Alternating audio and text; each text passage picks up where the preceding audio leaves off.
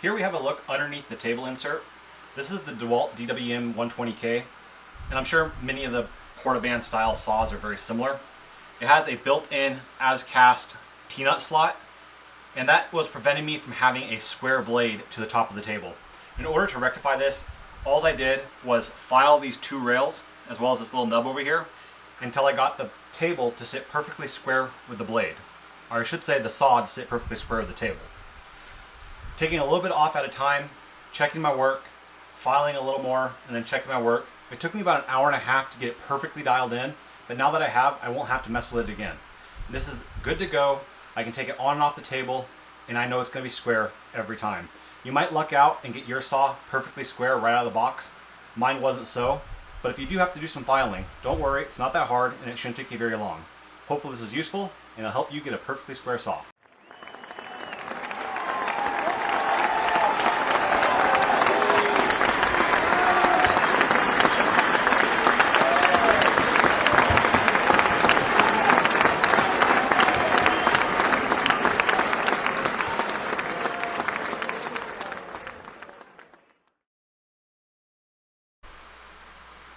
So I'm assembling my new Sawg off-road Portaband bandsaw table and making a quick video.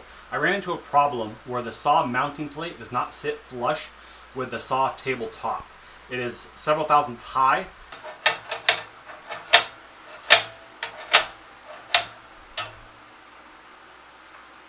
So what I did is I scored the powder coating on the back mounting plate, removed the 4 screws, and removed the plate. I went ahead and used some sandpaper to clean up any residual powder coating, and I put some machine oil on the raw surfaces to prevent rust. And what I'm going to do is I cut up some small strips of 5/1000 shim steel. I think that's 0.125, 127 millimeters thick.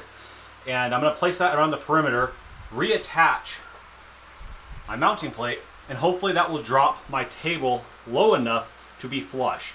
If it's not low enough, I'll repeat the process until it is. So what I ended up having to use was 15 thousandths of shim in the top 2 corners. This would be the front of the machine.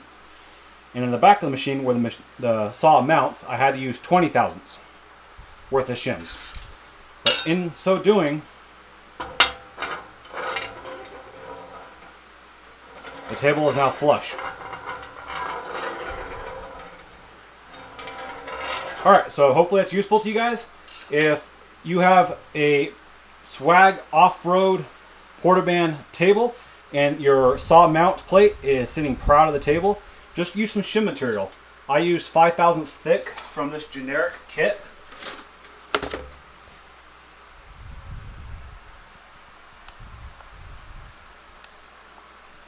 I'll link it down below, and hopefully that will be useful to somebody. Thank you guys for watching.